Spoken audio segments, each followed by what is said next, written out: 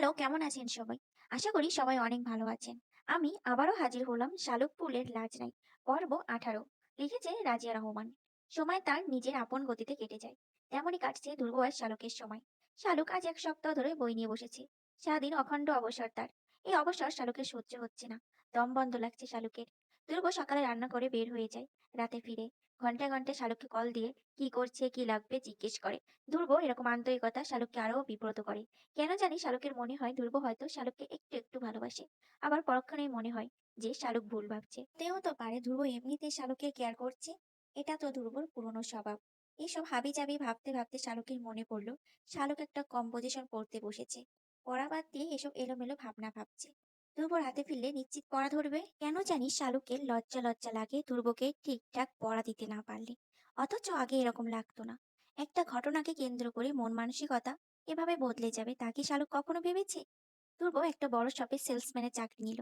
মাসিক 14,000 টাকা বেতনে। সকাল 8টা থেকে বিকেল 4টা পর্যন্ত। 4টের সময় বের হয়ে টিউশনিতে যায়। 7টায় টিউশনি শেষ করে বাসায় ফিরতে ফিরতে ধ্রুব রাত 8:30 বাজে। রাতে এসে রাতে রান্না করে নেয়। শালুক লজ্জিত হয়ে বসে রইল বিছানার উপর। মেয়ে হয়েও সে কিছুই করতে পারছে না। অথচ ধ্রুব সব কাজ করছে। ব্যাপারটা শালুককে যথেষ্ট লজ্জিত করছে। অথচ ধ্রুবর দিকে তাকালে মনে হয় তার কোনো ক্লান্তি নেই। কেমন যেন স্বতঃস্ফূর্ত থাকে ধ্রুব। আজ রাতে ফেরার সময় শালকের জন্য ছোট ছোট কতগুলো hair band, clip, punch clip, hair clip, তেল নিয়ে এলো ধ্রুব। শালক আজকে ধ্রুব বাসায় ফেরার আগে পেঁয়াজি মরিচ কেটে রেখেছিল, যাতে ধ্রুবর কাজ কিছুটা সহজ হয়। ধ্রুব কিচেনে বাটির মধ্যে এসব কেটে রাখা দেখে মুচকি হাসলো। তারপর শালুকের কাছে এসে বলল, এসব ছোটখাটো কাজ আমি অনায়াসে করতে পারি শালু। আর কখনো তুই এসব করতে যাবি না। বিশেষ করে বাসায় যখন আমি থাকবো না, সেই মুহূর্তে ভুল করে তুই দা বটি ছুরি আগুনের এসব ধারে কাছেও যাবি না। আমি কোনো রিস্ক নিতে চাই না তোকে নিয়ে। খবরদার শালুক, আজকে নিষেধ করে দিয়েছি আমি। শালুকের ভীষণ অভিমান হলো। গাল ফুলে বসে রইল কিছুক্ষণ। তারপর বলল, আমার খুব খারাপ লাগে। আমি মেয়ে হয়েও কিছুই জানি না রান্নার। অথচ তুমি ছেলে হয়ে সবকিছুই করছো। ধ্রুব মাছ তেলে ভাজতে দিয়ে চুলার আঁচ কমিয়ে দিয়ে শালকের পাশে এসে বসলো। সংবিধানে কি লেখা আছে নাকি যে রান্না শুধু মেয়েদের কাজ? এটা শুধু মেয়েরাই করবে? ছেলেদের জন্য কি কোনো নিষেধাজ্ঞা আছে নাকি? কাজের মধ্যে ছেলে মেয়ে কোনো ভেদাভেদ নেই। আসলে আমাদের সমাজের সিস্টেম হচ্ছে এরকম। যেহেতু আমাদের পুরুষতান্ত্রিক সমাজ ব্যবস্থা, তাই পুরুষেরা মহিলাদের মাথায় এই ধরনের সেট করেছে দিয়েছে যে ঘরের কাজ, রান্না বাড়া, বাচ্চা সামলানো এসব কাজ নারী। পুরুষ টাকা উপার্জন করেছে সেহেতু নারীদের থাকতে হবে পুরুষের ইচ্ছা মতো। তারা যেভাবে চালাবে নারী সেভাবেই চলবে। অনেক পুরুষ আছে চালুক যারা শুধু অফিসটাই করে, তারপর বাসায় এসে হম্বি তম্বি শুরু করে দেয়। এক গ্লাস পানি ঢেলে খাবে, তাও তার সম্মানে বাধে। স্ত্রী রান্না করছে, হয়তো সেখান থেকে ডেকে নিয়ে বলবে, আমাকে এক গ্লাস পানি দাও। অথচ তার স্ত্রী যে সারাদিন দুদণ্ড বিশ্রাম নিতে পারেনি, এটা তার মাথায় নেই। সে এক পুরনো প্রশ্ন। সে তো সারাদিন বাড়িতেই থাকে, কি কাজ করে? তেমনি এখন নারীরাও আধুনিক হচ্ছে। পুরুষের দাসত্ব তারা মানতে চায় না। কেউ কাউকে স্পেস দিতে চায় না। স্বামী স্ত্রীর সম্পর্ক হচ্ছে পৃথিবীর সবচেয়ে সুন্দর আর মধুর সম্পর্ক। আমাদের রাসূল মুহাম্মদ সাল্লাল্লাহু আলাইহি ওয়াসাল্লাম তার স্ত্রীর সাথে কি সুন্দর ব্যবহার করতেন শালু। তার সেই আদর্শ যদি আমরা নিজেদের মধ্যে ধারণ করতে পারতাম, তবে দেশে বিবাহ বিচ্ছেদ এত বেড়ে যেত না। প্রথম কথা হচ্ছে দুজনকে দুজনের সমস্যা ও অসুবিধা বুঝতে হবে। একে অন্যের প্রতি সদয় হতে হবে। সে আমার স্ত্রী, স্বামী শুধু এটা না ভেবে যেদিন আমরা ভাবতে পারবো সে আমার অর্ধাঙ্গিনী, আমরা দুই দেহ এক প্রাণ। তার ব্যথা মানে আমার ব্যথা, তার কষ্ট আমারও কষ্ট। সেদিন আর দাম্পত্য জীবনে অশান্তি আসবে না। তাকে অন্য আলাদা কেউ না ভেবে নিজের দেহের অংশ ভাবতে হবে। এই যে তুই এখন আমার দেহের একটা অবিচ্ছেদ্য অংশ। তোকে একা বাসায় রেখে আমি যাই, মনটা এখানেই পড়ে থাকে। তুই এখনো অনেক ছোট, সংসার সামলানোর মতো বয়স জ্ঞান কোনোটাই তোর হয়নি। একা বাসায় কাজ করতে গিয়ে যদি কোনো সমস্যা হয়, তবে কে দেখবে তোকে? তোকে এখন এসব কাজ নিয়ে ভাবতে হবে না। একান্তে যদি কাজ করতে ইচ্ছে করে তবে সেটা শুক্রবারে, আমি যখন বাসায় থাকবো। এটা তোর কাজ হচ্ছে পড়াশোনা করা। নয়তো আমি নিজের কাজে নিজে চেটো হয়ে যাবো শালু। যদি ভালো রেজাল্ট করতে না পারিস, নিজেকে ব্যর্থ মনে হবে।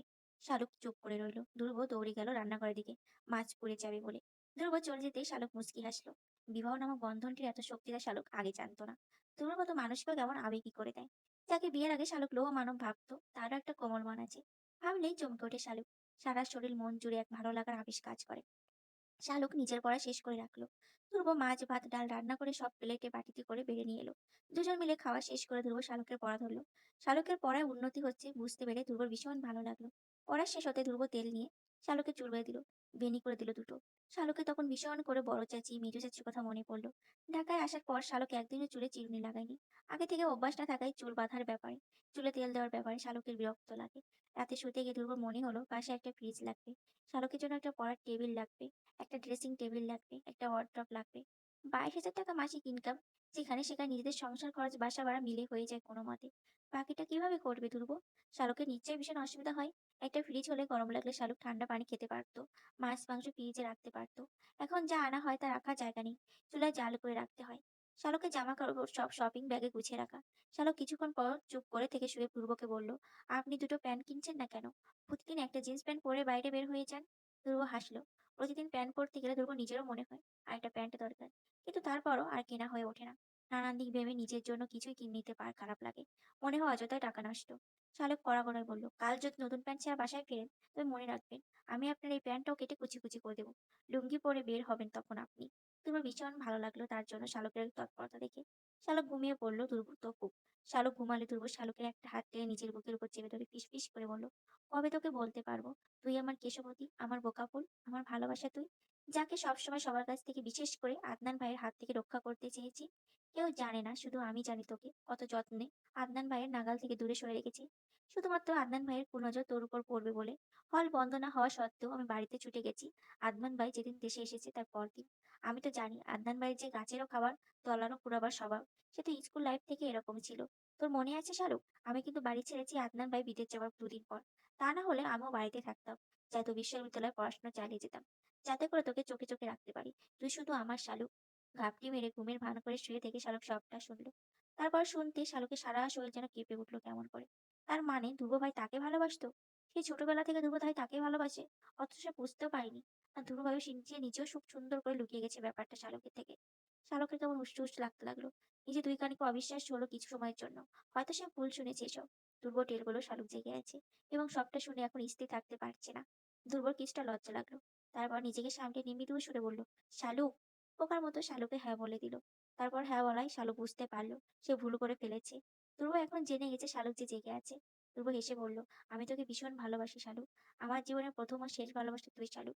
কত কষ্টে নিজের ভালোবাসা, ভাল লাগা, আবেগ আমি সবটা লুকিয়ে রেখেছি তোর কাছ থেকে। আমার ভীষণ কষ্ট হতো লুকিয়ে রাখতে, তবুও উপায় ছিল না। তুই কোনোভাবে আমাকে প্রত্যাখ্যান করে দিস যদি, এই ভয়ে কখনো তোকে বুঝতে দিইনি। বুকের ভেতর ভালোবাসার এক ঘূর্ণিঝড় আমি সযত্নে চাপা দিয়ে রেখেছি। শালুক কথা বলতে পারল না, সব কেমন অবিশ্বাস্য লাগছে। ধ্রুব শালুকের হাত ছাড়ল না, দুজন ঘুমিয়ে পড়ল। সকালে ঘুম থেকে ওঠার পর থেকে শালুক লজ্জায় ধ্রুবর দিকে তাকাতে পারছে না। না চাইতে মাথা নিচু হয়ে যাচ্ছে শালুকের। কেমন যেন ভয়ও লাগছে। সে তো ধ্রুবর কাছে বলে দিয়েছিল যে সে আদনানকে ভালোবাসে। ধ্রুব কি এখন সেটা ধরে মনে রেখেছে মনে? ধ্রুব তাকে বুঝিয়ে বলার পর শালুক নিজের ভুল বুঝতে পেরেছে। এক মুহূর্তের জন্য তার মনে আদনানের চিন্তা আসেনি। সব অনুভূতি ফিকে হয়ে গেছে, তা তো ধ্রুব জানে না। ধ্রুবর একটু মন খারাপ হলেই যে শালুক অস্থির হয়ে যেত তা কি ধ্রুব জানে? সকালে উঠে ধ্রুব রান্না বসিয়ে দেয়। সকালে আর নাস্তা বানানোর সময় হয় না প্রতিদিন। বেশিরভাগ সময় ভাত খেয়ে নেয় দুজনে। আজও ধ্রুব চুলায় রান্না বসে শালুকের পাশে এসে বসলো। তারপর বলল, আয় তোর চুলে হেয়ার প্যাক লাগিয়ে দিই। চুল বড় হতে হবে তোর। শালুক মাথা নিচু করে বসে রইল। ধ্রুব আপনাতেই বলতে লাগলো, শালুক তুই কি জানিস তুই যে ভীষণ বোকা একটা মেয়ে? কোনটা ভালোবাসার কোনটা মোহ তা নিজেই বুঝতে পারিস না। তুই হয়তো ভয় পাচ্ছিস আমার কাছে আদনান মায়ের ব্যাপারটা বলে দেওয়াতে। আমি বলছি বিশ্বাস কর, আমি তো জানি তুই যে আদনান ভাইয়ের প্রেমে পড়িসনি আসলেই। তোর মনে আদনান ভাইয়ের জন্য কোনো ভালোবাসাই জন্ম নেয়নি। নিজের মনকে তুই পড়তে পারিসনি। আচ্ছা বল তো, আমরা যখন ক্রিকেট খেলতাম তুই কার দল সাপোর্ট করতিস? শালুক চুপ করে রইল। সে তো ধ্রুবদের দলকে সাপোর্ট করতো। ধ্রুব যখন আউট হয়ে যেত শালুকের মন খারাপ হয়ে যেত। ইচ্ছে করতো ধ্রুবকে যে আউট করেছে তার মাথা ফাটিয়ে দিতে। একটু সময় চুপ করে থেকে বলল, বাড়িতে ফিরতে দেরি হলে কার জন্য বেশি তোর চিন্তা হতো?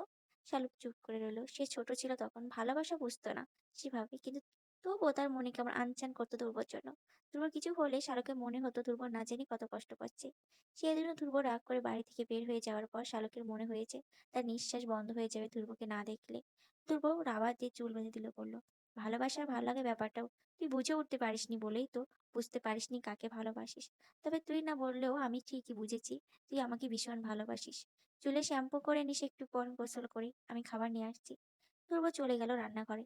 লজ্জায় পাকা টমেটোর মতো লাল হয়ে গেল শালুকের মুখ, সমস্ত মুখমণ্ডল। ধ্রুবর সব কথাই ঠিক, শালুক বোকা বলে নিজের ভালোবাসা কার জন্য তা বুঝতে পারেনি। খাওয়ার পর ধ্রুব তাড়াতাড়ি রেডি হয়ে বের হয়ে গেল। বারান্দায় দাঁড়িয়ে শালুক দেখতে লাগলো হন্তদন্ত হয়ে ধ্রুব বের হয়ে যাচ্ছে বাসা থেকে। নিচে গিয়ে ধ্রুব উপরের দিকে তাকালো। শালুক লজ্জা পেয়ে গেল আজ। প্রতিদিন তো এভাবে শালুক দাঁড়ায়, ধ্রুবও তাকায়, তবে আজ কেন এমন লাগছে? ধ্রুব মুচকি হেসে চলে গেল। শালুকের সারা শরীর যেন অবশ হয়ে গেল ধ্রুবর এই তাকানোতেই, এই মুচকি হাসিতেই। শালুক বুঝতে পারছে না আজ কেন তার এরকম লাগছে। ভালোবাসা কি তবে এরকমই হয়?